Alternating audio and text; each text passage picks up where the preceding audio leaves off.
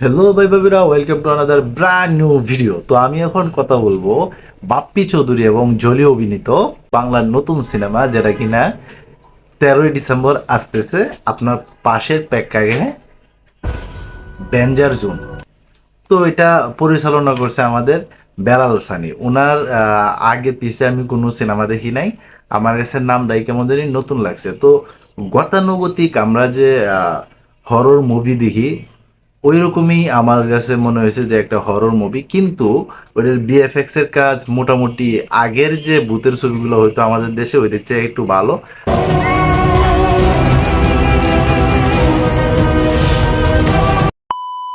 আর তাছাড়া জলির যে কয়টা সিনেমা এর আগে রিলিজ পাইছিল, এর প্রত্যেকটা চেয়ে এটার মাঝে জলির অভিনয় আমার কাছে বেশ ভালো লাগছে। আমি টিজারটা দেখলাম, তো আমার কাছে বেশ ভালো লাগছে।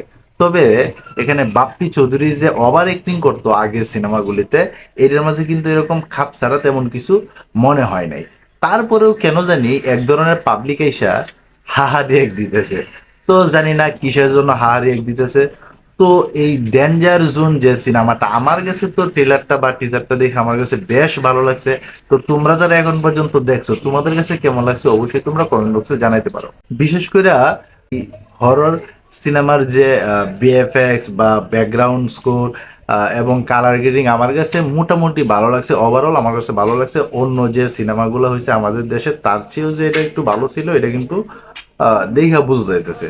কিন্তু ঘটনা যা হয়েছে, ওইটা স্টোরি লাইনটা আমার কাছে কেমন জানি একটু অদ্ভুত ধরনের লাগছে। তো তোমাদের কাছে কেমন লাগছে এটা একটু কমেন্ট বক্সে জানাতে পারো।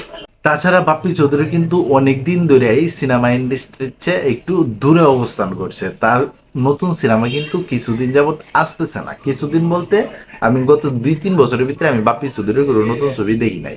এবং জলি, তার আমি লাস্ট সিনেমা দেখছিলাম সম্ভবত মেয়েটি এখন কোথায় যাবে। তারপরে কিন্তু তারে আর খুঁজে পাওয়া গেছিল না। মাঝখানে শিল্পী সমিতির অনুষ্ঠানে আমি তারে দেখছিলাম, একটু মুটিয়ে গেছে, কিন্তু তারে দেখতে বেশ ভালো লাগছিল।